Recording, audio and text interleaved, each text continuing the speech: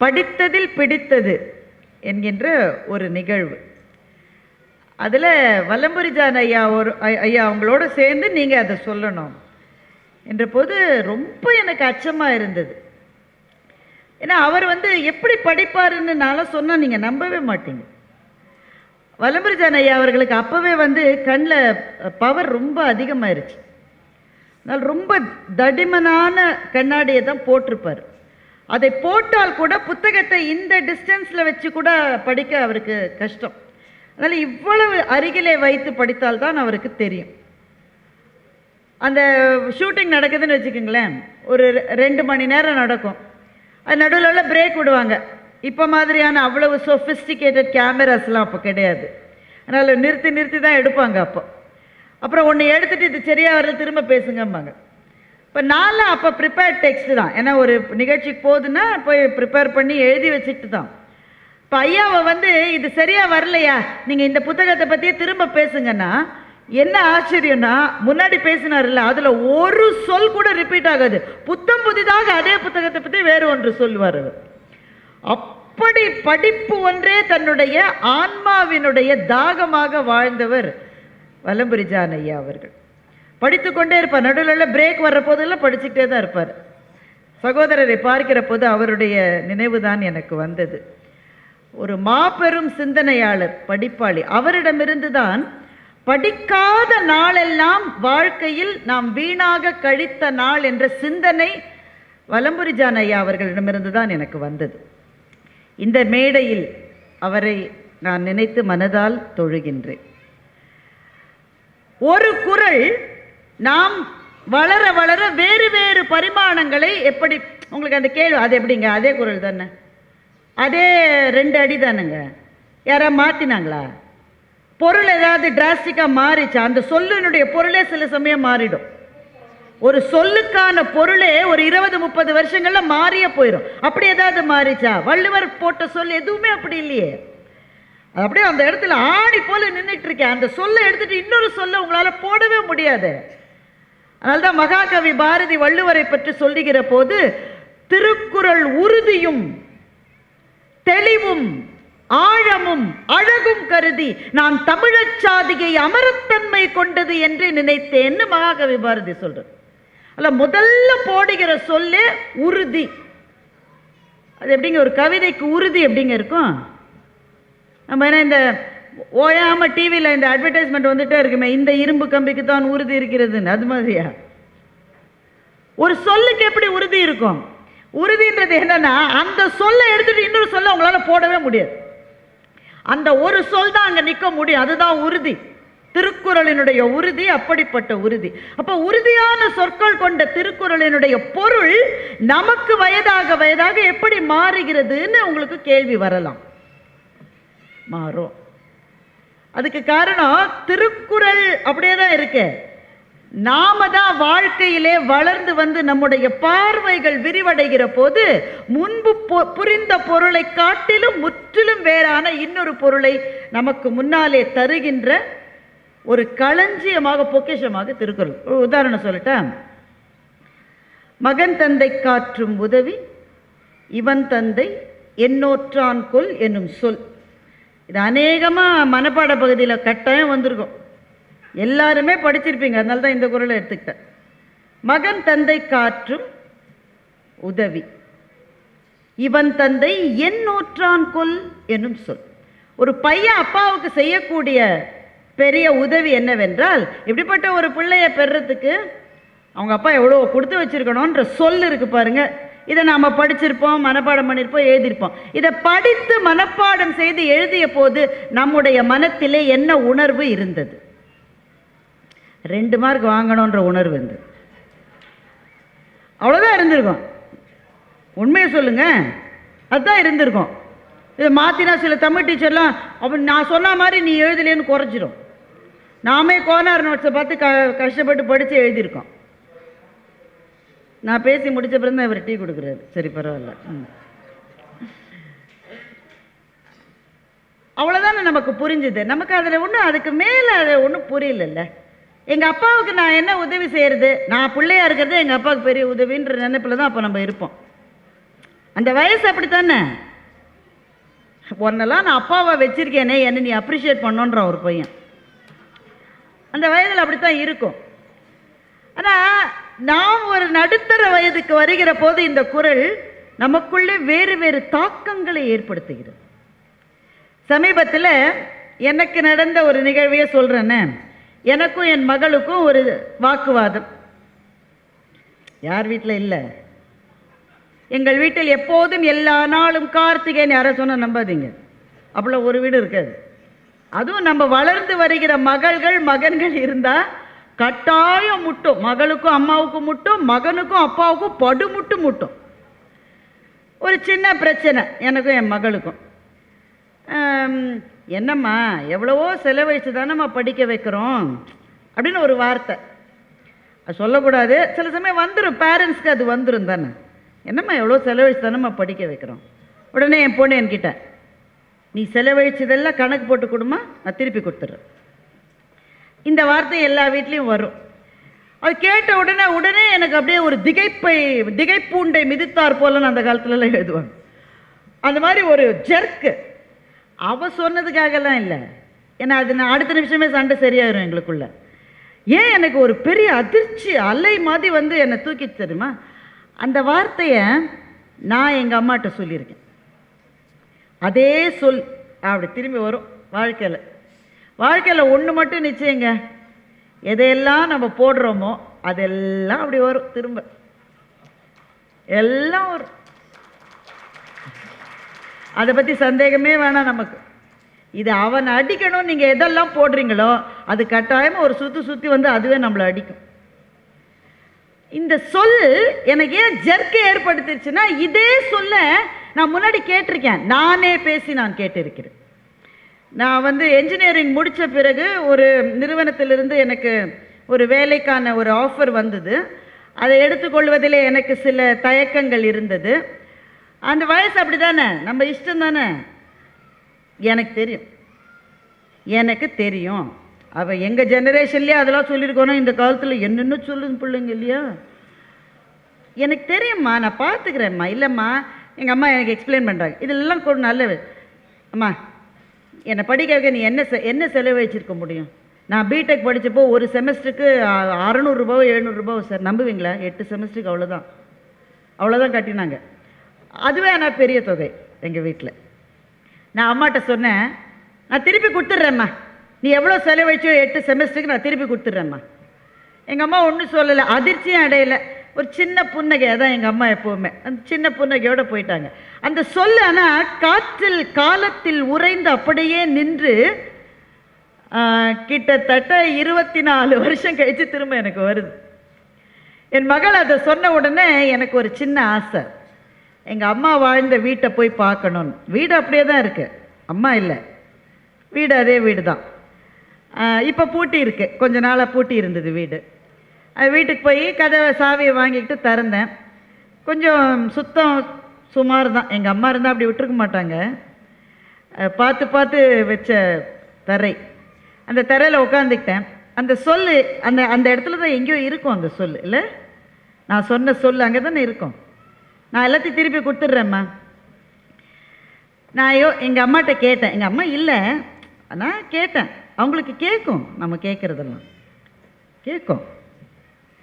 அவங்கக்கிட்ட, அம்மா நான் திருப்பி கொடுத்தேனம்மா உனக்கு, நீ எனக்கு கொடுத்ததெல்லாம் நான் திருப்பி கொடுத்தேனம்மா. கொடுக்க முடியும்னு நினைக்கிறீங்க? யாராலே அது கொடுக்க முடியுமா? எங்கள் அம்மா இல்லை, ஆனால் இருந்தால் என்ன சொல்லியிருப்பாங்க தெரியுமா? எப்போவுமே அப்பா அம்மாவுக்கு திருப்பி கொடுக்க முடியாதும்மா, நீ அதெல்லாம் உன் பிள்ளைகளுக்கு தான் திருப்பி கொடுக்க முடியும். You can't ever repay your parents, but you can give only to your children. நீ மேலேருந்து வாங்கினதை ஒரு நாளும் மேலே திருப்பி கொடுக்கவே முடியாது. நான் பட்டுப்பாடு வாங்கி கொடுத்தேன்ல, பட்டுப்பாடு வாங்கி கொடுத்தேன்ல, எங்கள் அப்பாவுக்கு தனியாக ஒரு ரூம் கொடுத்துருக்கேன்ல, டிவி வாங்கி கொடுத்துருக்கேன்ல. இந்த தராசில் ஒரு நாள் உங்களால் சரியான நிறையோடு உங்கள் எடைக்கு அவங்க வச்ச எடைக்கு நிகராக ஒரு நாள் வைக்கவே முடியாது. ஆனால் என்ன செய்ய முடியும்னா, நமக்கு அடுத்த தலைமுறைக்கு நம்ம கொடுக்க முடியும். அதனால் நான் எங்கள் அம்மாட்ட மானசீகமாக கேட்டேன், அம்மா நான் திருப்பி கொடுத்தேன் அம்மா உனக்கு. எங்கள் அம்மா இருந்தால் அதை தான் சொல்லியிருப்பாங்க, ஒரு நாள் திருப்பி கொடுக்க முடியாதுடா, நீ உன் பிள்ளைங்களுக்கு கொடு, அதுதான் எனக்கு சந்தோஷம்னு எங்கள் அம்மா சொல்லியிருப்பாங்க. அந்த நேரத்தில் இந்த குறளை யோசிச்சு பாருங்க. மகன் தந்தை காற்றும் உதவி அல்லது மகள் தாய் காற்றும் உதவி, நம்ம மாற்றிக்கலாம் அதை. அந்த அளவு மாற்றத்தை வள்ளுவர் ஒத்துக்கொள்ளுவார். மகன் தந்தை காற்றும் உதவி இவன் தந்தை என்னோற்றான் கொல் எனும் சொல். நம்ம அப்பா அம்மாவுக்கு நாம் ஏதாவது செய்யணும்னா ஒன்னே ஒன்று தான் செய்ய முடியும். என்ன, நல்ல பிள்ளைங்களை பெற்று வளர்த்துருக்காங்க மகராசி அப்படின்னு ஒரு பேர் அவங்க வாழும் காலத்தில் அவங்க காதில் விழற மாதிரி நாம் ஏதாவது ஒன்று செஞ்சால் அது ஒன்று தான் நம்முடைய பெற்றோருக்கு கொஞ்சமாவது திருப்பி கொடுத்ததற்கான அடையாளம் என்று வள்ளுவர் சொல்லி இருக்கிறார் என்பது புரிய நான் வாழ்க்கையினுடைய நடுத்தர பகுதிக்கு வர வேண்டி இருக்கிறது. இதே குறளை தானேங்க நான் படித்தேன் 3ஆம் கிளாஸில். எனக்கு அப்போ இந்த பொருள் புரியலையே. எனக்கு புரிவதற்கு நாம் ஒரு வாழ்க்கையை வாழ வேண்டி இருக்கிறது. அந்த வாழ்க்கையினுடைய அனுபவங்களுக்குள் நாம் தூய்க்க வேண்டி இருக்கிறது. இதுதான் குறள். நான் ஒரு உதாரணத்துக்காக இந்த குறளை சொன்னேன். குறள் அதே தான். அது வாமனன் வந்தது போல அதே 2 அடியில தான் இருக்கும். சில சமயங்களில் விஸ்வரூபமாக அது நம் முன்னால் நிற்கும். அது அப்படித்தான் இருக்கிறது. வாழ்க்கையை பற்றிய நம்முடைய பார்வையும் கோணமும் மாறுகிற போது குறள் விஸ்வரூபம் எடுப்பதை நம்மால் தரிசிக்க முடிகிறது. அதுதான் திருக்குறள். அந்த திருக்குறளிலிருந்து தான் ஐயா ஒரு குறளை எடுத்து போட்டிருக்கிறார். உடையார் முன் இல்லார் போல ஏக்கற்றும் கற்றார் கடையரே கல்லாதவர் என்கின்ற திருக்குறளை, முழு திருக்குறளுமே தான் தலைப்பு. அந்த திருக்குறளை எங்க பாதியில் வெட்டினாலும் பொருள் முழுக்க வராது. உடையார் முன் இல்லார் போல, அப்படி காசு இல்லைங்க, ஒருத்தட்ட கடன் கேட்டு போகிறோம். எப்படி போய் நிற்போன்னு நினைக்கிறீங்க? பணிவா? இப்போ கடன் கொடுத்தவன் தான் இப்போ பணிவாக இருக்கும், அது வேறு விஷயம். ஆனால் வாங்க போகிற சமயத்தில் நம்ம எப்படி நிற்போம்? ஐயோ இவன் கொடுத்துடணுமே கடவுளே, இவன் மனசில் நல்ல எண்ணத்தை ஏற்படுத்து, அவன் எப்படியோ கொடுத்துடணும் இவன். நம்ம அப்போ இல்லாத பணிவெல்லாம் காட்டுவோம். நம்ம கொஞ்சம் கெத்து தான், நம்ம ரகடு தான், நம்ம அவ்வளோ சாஃப்ட்டு கிடையாது. இருந்தாலும் அந்த நேரத்தில் கொஞ்சம் இப்படா ஐயா நீங்கள் தான் ஐயா, உங்களை மாதிரி உண்டாயா, நீங்கள் செஞ்சாதாயா உண்டு, ரொம்ப கஷ்டம் ஐயா, அப்படி தானே நின்னோம் நம்ம. அப்படி நிற்கிற மாதிரி நீ போய் நில்லுடான்றார் வள்ளுவர். யார் முன்னாடி? பணம் இருக்கிறவங்க முன்னாடியா? அல்ல. உனக்கு அறிவை கொடுப்பதற்காக ஒரு ஆசிரியன், ஒரு குரு, ஒரு ஆசான் இருக்கான்ல, அவன் முன்னாடி நீ போய் நிற்கிற போது எப்படி நிற்கணுமா தெரியுமா? உடையார் முன் இல்லார் போல. பணம் இருக்கிறவன் முன்னாடி, பண தேவை இருக்கிறவன் எப்படி பணிவோடு இருப்பானோ அப்படி அறிவிலே குறைந்த நீ அறிவு மிகுந்தவர்கள் முன்னால் போய் அந்த அறிவுக்காக காத்து நிற்கிற போது அந்த பணிவு உனக்கு வேண்டும் என்று வள்ளுவர் சொல்லுவதுதான் எனக்கு இன்றைக்கு தலைப்பாக கொடுத்திருக்கிறார்கள். ஏக்கற்றும் கற்றார், அவன்தான் படித்தவன். படிக்கிற போது பணிவோடு ஏன்னா எல்லா ஆசிரியர்களும் எல்லாவற்றையும் சொல்லித்தர மாட்டார்கள், உண்மைதானே? தனக்கு தெரிந்ததனுடைய கடைசி அக்ஷரம் வரை சொல்லிக் கொடுக்கிற ஆசிரியர்கள் சில பேர் உண்டு, அவர்களுக்கு வணக்கம். ஆனால் எல்லா ஆசிரியர்களும் அப்படி இருப்பாங்கன்னு சொல்ல முடியாது. ஏன்னா ஆசிரியருக்கு தெரியும் இது இவ்வளவுதான் தாங்கும், இதுக்கு மேலே தாங்காது. அதனால தான் ஒரே கிளாஸில் ஒரே மாதிரி ஆசிரியர் சொல்லித்தர போது ஒருத்தன் எங்கேயோ போகிறான், ஒருத்தன் எங்கேயோ கீழே விழுறானே, ஏன்? அதே ஆசிரியர் அதே தான் சொல்லி கொடுத்தாரு. அப்போ வாங்குகிறவனுடைய கொள்ளும் திறம் குறித்து ஆசிரியர் சொல்லுகிற போது ஒருத்தன் நல்லாரான், ஒருத்தன் நல்லா இல்லாமல் இருக்கான். அதனால் ஆசிரியர் முழுவதும் சொல்லித்தரவில்லையோன்னு தோன்றுகிற போது நீ முன்னாடி போய் பணிந்து நின்று, ஐயா எனக்கு புரியலைங்கய்யா, இன்னும் கொஞ்சம் விளக்கமாக சொல்லுங்கய்யான்னு கேட்கணும். இப்போ கேட்குறாங்க, சொல்லுங்க, கேட்குறாங்களா? கேட்குறாங்களா? அப்போ கல்வி என்பதில் பணிவு என்பது ஒரு பகுதின்னு வள்ளுவர் சொல்றாருங்க. அந்த பணிவு இருக்கிற போதுதான் சொல்லிக் கொடுக்கிறவரினுடைய அத்தனை சொத்து, நமக்கு சொத்துனா ப்ராப்பர்ட்டி இல்லை, அந்த ஞானம், அந்த திறம், அந்த தெளிவு, அது முழுக்க எனக்கு வரணும்னா எனக்கு பணிவு இருக்கணும்ன்ற. ஐயா மகாபாரதத்தை பற்றி நிறைய பேசினார், ரொம்ப இன்ஸ்பிரேஷனலாக இருந்தது. அதில் துரோணர் ஆசிரியர், அவர் நல்ல ஆசிரியரா இல்லையா அது வேறு டிஸ்கஷன். ஆனால் அவர் யாருக்கு நல்ல ஆசிரியராக இருந்தாலும் அந்த அர்ஜுனன் என்ற மாணவன் எப்படி இருந்தான்னு மகாபாரதத்தில் குறிப்பு இருக்கு. ஒவ்வொரு நாளும் துரோணர் கண் விழிக்கிற போது அர்ஜுனனுடைய முகத்தில் தான் கண் விழிப்பார். ஏன்? அவர் எந்திரிக்கிறதுக்கு முன்னாடி அவன் வந்து வெயிட் பண்ணிட்டு இருக்கான். கிளாஸ் 9:30க்கு தான்ப்பா, நீ ஏன்ப்பா காலையில் 5:30கே வந்த அப்படின்னு அவரும் கேட்டதில்லை. அவனும் இந்த ஆளோட முகத்திலேயே நான் ஒவ்வொரு நாளும் முழிக்கணும், ஏம்மா அலாம் வச்சு எழுப்பி விடுமா என்ன, அந்த ஆள் எதிர்பார்த்துருப்பாமா என்ன, ஒவ்வொரு நாளும் நச்சுமா அந்த ஆள். ஒரு சண்டே கிடையாது, ஒரு பொங்கல் ஹாலிடே கிடையாது, அப்படிலாம் அவன் நினைக்கல. இந்த கற்றுக்கொள்ளுகிற அந்த வெறி மனசில் இருந்ததுன்னு வச்சுக்கோங்களேன், அவன் கண்ணாடியில் கூட முகத்தை பார்க்க மாட்டான். ஸ்டூடெண்ட்ன்றவன் அப்படி தான் இருக்கணும். கண்ணாடியில் முகத்தை பார்க்க அவனுக்கு டைம் இருக்கக்கூடாது. நாம தலையை மாத்திரம் 27 நிமிஷம் கலைச்சி விடுறோம். தலையை சீவினான்னு நான் சொல்லலை, தலையை கலைச்சி விடுறேன். அந்த படிக்கிற பருவத்தில் அந்த படிப்பு மேலே இருக்கிற அந்த அந்த அந்த பேஷன் இருப்பாருங்க. அவன் கண்ணாடியில் கூட முகம் பார்த்துருக்க மாட்டான் பல நாள். சோத்தை நீங்கள் போட்டால் என்ன சோறுன்னே பார்க்க மாட்டான். சாப்பிட வேண்டியது ஒரு கடமையை, உயிரோடு இருப்பதற்கு அது தேவை. அது சாப்பிட்டுட்டு ஓடு. அந்த ஆசிரியரிடமிருந்து அப்படியே அதை வாங்கிக்கணும். ஒரு காதலியை நோக்கி காதலன் போகிறத விட அதிக பேஷன், கற்கிற ஆர்வம் இருக்கிறவனுக்கு ஆசிரியர்கிட்ட இருக்கும். அப்படிதான் அர்ஜுனன் போய் நிற்பான். கண்ணை இப்ப அவருடைய மகனுக்குமே அவர் தான் ஆசிரியர், அஸ்வத்தாமனுக்குமே துரோணர் தான் ஆசிரியர். அவனும் நிக்கல, அந்த அவன் அதே வீட்டில் தான் தூங்கிட்டு இருப்பான் அப்பாவுக்கு பக்கத்தில். அப்பாவுக்கு மேலே காலை போட்டு கூட தூங்கலாம், அந்த உரிமை அவனுக்கு இருக்கு. இவனுக்கு அந்த உரிமைலாம் கிடையாது. இவன் பக்கத்தில் பணியோடு தான் நிற்கணும். இவன் அரசிளங்குமரன், அவர் அரசனை நம்பி வாழ்கின்ற ஒரு சாதாரண ஆசிரியர். ஆனால் இவன் போய் நின்று இருக்கான். ஏன்? அதனால்தான் துரோணர் தன்னுடைய வித்தையினுடைய அத்தனையும் அர்ஜுனனுக்கு கொடுத்து விட்டார். மாணவனுக்கு அந்த பணிவு இருக்கணும். உடையார்மன் இல்லார் போல ஏக்கற்றும் கற்ற அவன் தானே படித்தவன் வள்ளுவர் சொல்றார். சரி, ஒருத்தன் இப்படி படிக்கலை, அவெல்லாம் ஒரு ஆளுன்னு அவன் முன்னாடி நான் போய் இப்படி ஒருத்தன் நினைக்கிறான்னு வைங்களேன், அவனை பற்றி வள்ளுவர் என்ன சொல்றார்? கடையரே கல்லாதவர். கடையரே, அவன் கீழானவன். இப்ப மேலானவன் கீழானவன் என்பதை நம்முடைய சமூகம் வள்ளுவர் காலத்தில் எப்படி வைத்திருந்தது?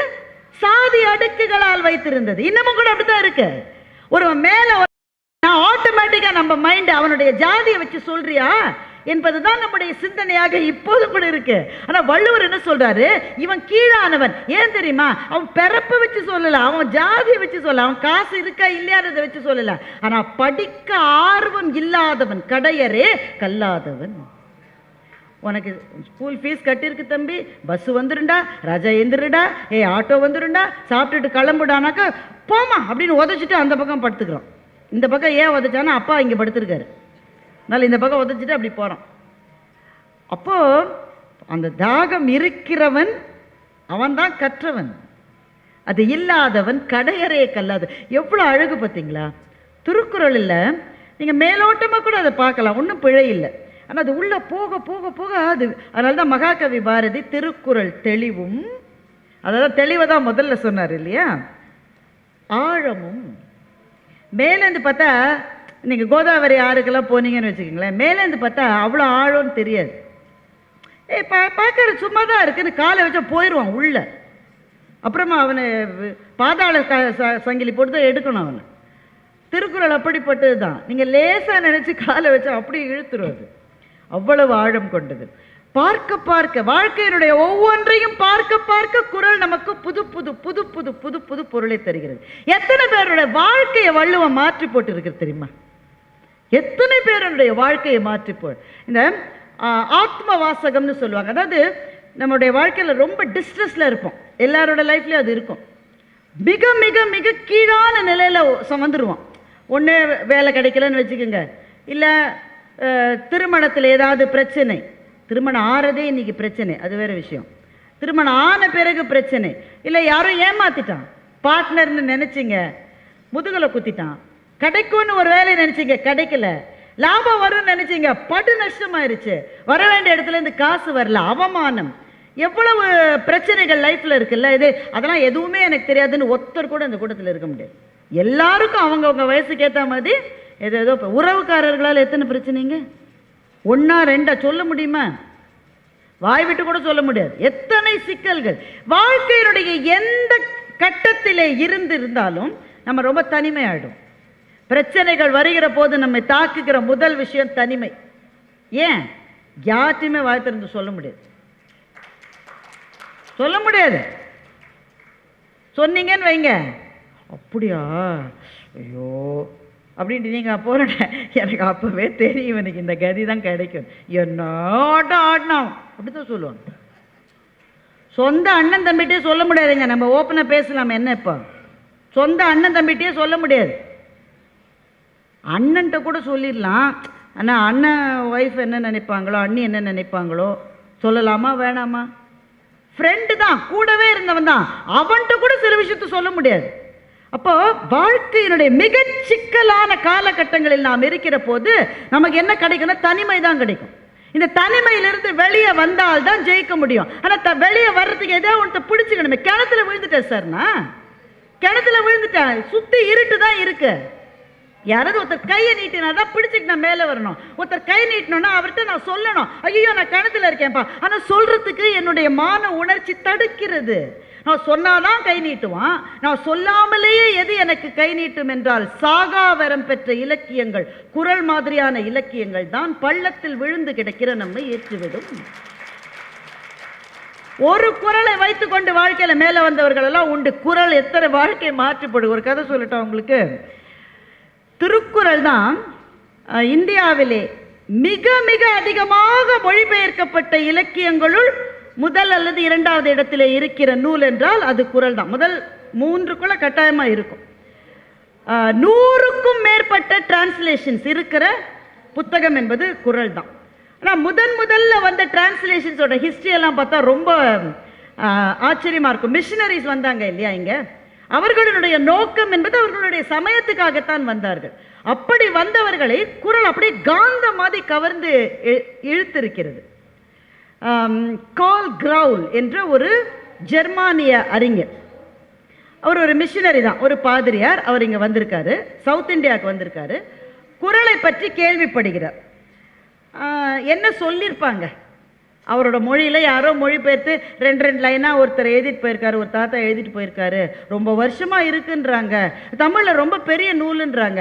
அவர் எவ்வளோ பார்த்துட்டு வந்திருக்காரு, அவர் ஆங்கிலத்தில் எவ்வளோ பார்த்துருப்பாரு, ஜெர்மனில் மொழியில் எவ்வளோ, அவர் என்ன நினைப்பில் இருந்திருப்பாரு, எங்கள் ஐரோப்பிய மொழிக்கு மேலே உங்கள் ஊரில் ஒரு புக்கு இருக்கா, அப்படிதானே அவர் நினச்சிருப்பாரு. அப்படிதானே நினைச்சிருப்பாரு. ஏன்னா ஐரோப்பாவினுடைய கலாச்சாரம் தான் உலக நாகரீகத்தினுடைய தொட்டிலாக இருந்த காலகட்டம் அது. இந்த மாதிரி ஒரு மொழி இருக்கணும், இந்த மொழியில் இப்படி ஒரு நூல் இருக்கணும், அவருக்கு யார் அறிமுகப்படுத்தியிருக்க முடியும்? அப்போ அவர் கேட்டா அப்படியா, ஓகே ஓகேன்னு சொல்லியிருப்பாரு. ஒரே ஒரு திருக்குறளை யாரோ ஒருத்தர் அவர்கிட்ட சொல்லியிருக்காங்க. ஒரு திருக்குறளுங்க, 1330 சொல்லலை, ஒரே ஒரு திருக்குறள். அதை கேட்ட உடனே மனுஷன் இப்படி கூட எழுத முடியுமா? இதை நான் புரிஞ்சுக்கணும்னா அந்த மொழியில் நான் படித்ததான் எனக்கு புரியும். ஒரு படைப்பாளியினுடைய ஆன்மாவை நீங்கள் தரிசிக்க வேண்டும் என்றால் அந்த படைப்பாளி எந்த மொழியில் எழுதியிருக்கிறானோ அந்த மொழியில் தான் நீங்கள் படிக்க வேண்டும். அதனால்தான் இலக்கியத்துறையிலே இருப்பவர்கள் எவ்வளவு மொழிகளை கற்கிறார்களோ அவ்வளவு அவங்களுக்கு நல்லது. இந்த மொழி வேண்டாம், அந்த மொழி வேண்டான்னு மற்றவர்கள் சொல்லலாம். இலக்கியத்துறையிலே இருப்பவர்கள் சொல்லவே கூடாது ஒரு நாள். படைப்பாளியினுடைய ஆன்மாவை நீங்கள் தரிசிக்க வேண்டும் என்றால் அந்த மொழியில தாங்க அதை நீங்க படிக்கணும். நீங்க இவர் உடனே சொல்லிட்டார், இந்த மொழியை நான் தமிழ் ஒரு எழுத்து தெரியாதுங்க அவருக்கு. தமிழை கற்று நல்லா புரிந்து திருக்குறள் மாதிரியான இலக்கியங்களை புரிந்து கொள்ளுகிற அளவுக்கு தமிழை கற்று தமிழ் மொழியில் அவர் ஒரு மேதையான பிறகு திருக்குறளை முழுவதும் படித்து, இந்த வருஷத்தை மாத்திரம் நல்லா நினைவு வச்சுக்கோங்க, 1854 திருக்குறளை முதலில் ஜெர்மன் மொழியிலும் பிறகு லத்தீன் மொழியிலும் மொழிபெயர்த்தார். கால் கிரவுல் அவருடைய பேர். அதுதான் ஆரம்பம். அதற்கு பிறகு எவ்வளவு மொழிபெயர்ப்பு, போப் அவர்களுடைய மொழிபெயர்ப்பெல்லாம் அதற்கு பிறகு வந்தது தான். இத்தனை மொழிபெயர்ப்புகளுக்குமான வாசலை திறந்து வைத்தது ஒரே ஒரு திருக்குறள். ஏன்னா ஒரு திருக்குறளை கேட்டுதானே மனுஷன் ஐயோ இப்படி அது என்ன திருக்குறள்னு தெரிஞ்சுக்க உங்களுக்கு ஆவலா இருக்குல்ல. அப்படி என்னங்க ஒரு திருக்குறள்ல அந்த ஆளோட லைஃபே மாறி போயிருச்சுங்க. அவர் எதுக்காகவும் இங்க வந்தார், எல்லாத்தையும் விட்டு தமிழ் மொழியில ஸ்காலர் ஆகி அந்த பாதையை மாத்திட்டார். வாழ்க்கையை திருப்பி போட்ட குறள். அது என்ன குறள்? அப்படி என்னங்க ஒரு குறள்ல இருந்திருக்க முடியும்? அது இந்த குறள் தான். இரு நோக்கு இவள் உன் கண் உள, இப்படி நான் சொன்ன உடனேயே இந்த குறள் எங்கே இருக்குன்னு உங்களுக்கு தெரியும்ல. இது காமத்துப்பாலில் வருகிற குறள். காதலை பற்றி வள்ளுவர் எழுதிய குறள். இரு நோக்கு இவள் உன் கண் உள, ஒரு நோக்கு நோய் நோக்கு, ஒன்று அந்நோய்க்கு மருந்து. இதுதான் அந்த குறள். இப்போ இந்த குறளை ஒருவேளை இது மட்டும் நீங்கள் கேள்விப்படலைன்னா இதை போய் படித்து பாருங்கள். உங்கள் வாழ்க்கையில் எப்போவாவது காதலிச்சிருந்தா இந்த குறள் புரியும். இது மட்டும் காதலிக்கலைன்னா எப்போ காதலிக்கிறீங்களோ அப்போ இந்த குறள் புரியும். இரு நோக்கு இவள் உன் கண் உள. அந்த ஆள் பாருங்க, எனக்கு அப்படி அப்படி வருதுங்க. ஒரு சொல்ல கூட நீங்க எடுத்துட முடியாது. இரு நோக்கு இவள் கண் உள. புரியுதில்ல? புரியுதா இல்லையாங்க? நான் என்னங்க இவ்வளவு ரசிச்சு சொல்லிட்டு இருக்கேன். இரு நோக்கு இவள் கண் உளவே போரும் தானே. இவ பார்த்தா 2 பார்வை இருக்க மச்சான் அவளுக்கு, அதுவே போரும் தானே. அவருக்கு அதுல திருப்தி இல்லை. இரு நோக்கு இவள் உன் கண் உள. அவ எதையும் உண்றா. உண்றதுன்னா சாப்பிட்றது. எதை சாப்பிட்றா? மிளகா பஜ்ஜியா? இங்கே எதில் ஸ்டால் போட்டிருக்காங்களா? அங்கேருந்து எதாவது வாங்கி சாப்பிட்றல? ஸ்விக்கிலேருந்து ஆர்டர் பண்ணியிருக்காளா? பிரியாணி ரைஸா? அவ எதை உண்கிறா தெரியுமா? இவனை உண்றோம். இவத்த நம்ம பரிதாபப்பட்ட பயவத்த இருக்கான்ல, அவனை போற போக்கில் தான் பார்த்துட்டு போயிருக்கான். அப்படியே இப்போ இந்த காலம் மாதிரியா அப்படியே நின்று நேருக்கு நேர். அதுக்கெல்லாம் வாய்ப்பே கிடையாது அந்த காலத்தில். எதிரிலேயே நிற்க முடியாது. அவன் போற போக்கில் ஒரு லுக் விட்டுட்டு போயிட்டா, அவ்வளவுதான். அந்த பார்வை அவன் நிற்குது. அது அந்த பார்வை சாதாரண பார்வை இல்லை, அவனை உண்ணுகிற பார்வை. இரு நோக்கு இவள் உன் கண் உள. அதற்கு உரையாசிரியர்கள் உன் என்றால் மை உண்டன்னு உரை எழுதியிருக்காங்க. மையை உண்ட கண் அவளுடைய கண்ணு. உரையாசிரியர்கள் சொல்வதையும் நாம் ஏற்றுக்கலாம். ஆனால் என்னுடைய மனசுக்கு என்ன தோணுதுன்னா, நம்ம தாத்தா அவ்வளோ சாதாரணமான ஆள் இல்லை. அவ கண்ணுக்கு ஐலைனர் போட்டிருந்தாலும் போடலையோ எனக்கு தெரியாது. ஆனால் அவளுடைய பார்வை அவனை உண்டது. அவனை உண்ணுகிற கண் அவளுடைய கண். இரு நோக்கு இவள் உன் கண் உள. சரி, அவ பார்த்தா 2 தடவை பார்க்குறா, 2 பார்வையா இருக்கு. சரி, என்ன செய்யுது? ஒரு நோக்கு நோய் நோக்கு. அவ பார்த்த உடனே எனக்கு முடியலைங்க, அப்படியே வேலைன்னு ஆயிடுச்சு எனக்கு. அது நோய் தானேங்க? நோயா இல்லையா? என்னங்க யாருமே காதலிகளை போல இருக்கு இந்த மொத்த கூட்டத்துலையும். கொஞ்சம் வயதானவர்கள் கட்டாயமாக காதலிச்சிருப்பீங்க. பார்த்தீங்களா? அவர் ஒருத்தர் தான் கை நீட்டுறாரு. ஒரு நோக்கு நோய் நோக்கு. அந்த அவ என்னை பார்த்த உடனே, இதை புதுக்கவிதைக்காரன் இதை எழுதினான். கண்ணே என்னை ஒரு முறை பார்த்தாய், என் இதயத்துக்குள் முள் தைத்தது. முள்ளை முள்ளால் தானே எடுக்க வேண்டும், எங்கே இன்னொரு முறை பார் என்று இதை புதுக்கவிதை ஆக்கினான். அது வள்ளுவன்ட்டு வந்தது தான். அது ஒரு நோக்கு நோய் நோக்கு. ஒரு தடவை பார்த்த உடனே எனக்கு ஒரு மாதிரி ஆயிடுச்சு, முடியல. ஒரு நோக்கு நோய் நோக்கு. இப்போ நீங்க இந்த கவிதை எழுதுறீங்கன்னு வச்சுக்கோங்களேன். எப்படி எழுதுறீங்க? ஒரு நோக்கு நோய் நோக்கு, மறு நோக்கு அந்நோய்க்கு மருந்து. இப்படி தானே நம்ம எழுதுவோம். என்னங்க அப்படி தானே எழுதுவோம். ஒன்று மற்றொன்று. எப்போ ஒன்றுன்னு சொல்லிட்டோமோ அப்ப இன்னொன்று இருக்குன்னா மற்றொன்று. இவங்க 2 பேர் பேசுறாங்க. சார் முதல்ல பேசிட்டாரு, மற்றொன்று பாரதி பாஸ்கர், அப்படித்தானே சொல்லுவோம். ஒன்று அவர், மற்றொன்று பாரதி, இப்படித்தானே பேசுவீங்க. அப்போ ஒன்று என்று வந்த போதே மற்றொன்றுன்னு தானே நம்ம சொல்லணும். ஆனால் வள்ளுவர் அப்படி சொல்லலையே. ஒரு நோக்கு நோய் நோக்கு, ஒன்று நோய்க்கு மருந்து. மற்றொன்றுன்றதை ஏன் வள்ளுவர் சொல்லலை? இந்த கேள்வி வருதா இல்லையா நமக்கு? எனக்கு வருதுப்பா, உங்களுக்கு வருதா இல்லையான்னு எனக்கு தெரியல. இதை மற்றொன்றுன்னு சொன்னாலே அந்த தரத்தில் அதுலேருந்து கொஞ்சம் குறைஞ்ச மாதிரி ஆயிடுச்சு. Nothing is equal to this. 2 தத்தன் அளவில் முழுமை பெற்றவை. அதனால மற்றொன்றுன்னு சொல்றதுக்கு அவருக்கு மனசுல ஒன்று நோய் நோக்கு, ஒன்று அந்நோய்க்கு மருந்துன்னு முடிச்சிட்டார். ஒரே 7 சொற்கள் தாங்க. இப்போ நான் எவ்வளவு நேரம் பேசியிருக்கேன், பேசுகிற நேரத்தில் பாதி முடிஞ்சிருச்சு எனக்கு. இப்போ இந்த குறளுக்குள்ள இவ்வளவு இறங்க முடியும் என்றால் இதை கேட்டுத்தான் டாக்டர் கார்ல் கிரவுல் ஒரு குறளுக்குள்ள இவ்வளவு அழகு இருக்குன்னாக்க, அண்ட் ஹி கால்ஸ் இட் டர்ஸ்னஸ். டர்ஸ் அப்படின்ற சொல் இருக்குல்ல, ஆங்கில சொல், அடர்த்தி. அதுதான் சரியான மொழிபெயர்ப்பு, அடர்த்தி. அந்த சொல்லுக்குள்ள எவ்வளவு செறிவு, எவ்வளவு அடர்த்தி, ஒரு சொல் இன்னொரு சொல்லை மிஞ்சாத அழகும் அடர்த்தியும் இருக்கிற இந்த இலக்கியத்தை நான் கற்க வேண்டும் என்றால் தமிழ் மொழியை கற்றால் தான் முடியும் என்று தமிழ் மொழியை கற்றார் அந்த அறிஞர். அவருக்கு பின் வந்த மிஷினரிஸும் அதையே தான் ஃபாலோ பண்ணாங்க. மீள மீள மீள மீள தமிழ் மொழியை கற்று தமிழ் மொழியை அறிந்ததே திருக்குறளை அறிந்து கொள்வதற்காகத்தான் என்ற அளவு. இதில் நமக்கு ஒரு இன்ட்ரெஸ்டிங்கான சைடு எஃபெக்ட் இருந்தது. சில மருந்துக்கெல்லாம் நல்ல சைடு எஃபெக்ட் இருக்கும், பொதுவாக மோசமான சைடு எஃபெக்ட் தான் இருக்கும். சில மருந்துக்கு நல்ல சைடு எஃபெக்ட் இருக்கும். இந்த மருந்துக்கு ஒரு side effect, interesting side effect இருந்தது. என்னன்னா, ஐரோப்பாவிலே வாழ்ந்த அறிஞர்கள், இதை வந்து போஸ்ட் ரினைசான்ஸ் பீரியட்னு சொல்லுவாங்க, மறுமலர்ச்சிக்கு பின் இருந்த அங்கே இருந்த அறிவாளிகள், திங்கர்ஸ் எல்லாருமே என்ன நினைச்சாங்கன்னா, ஐரோப்பாவை தவிர அறிவு இந்த பூகோளத்தில் வேற யாருக்குமே கிடையாது பூமியில நினைச்சிட்டு இருந்தாங்க. ஐரோப்பா தாங்க, நாங்க தாங்க எல்லா உலகத்துக்கே எல்லாத்துக்கும் சொல்லி கொடுத்தோம். திருக்குறள் போன பிறகுதான் இவ்வளவு சிறந்த செறிவுள்ள ஒரு இலக்கியம் இந்த நாட்டில் இருக்க முடியும் என்று சொன்னால் இந்த நாட்டினுடைய பண்பாடு எவ்வளவு பெரியது என்று ஐரோப்பியர்களுக்கு பாடம் புகட்டியதே திருக்குறள் தான்.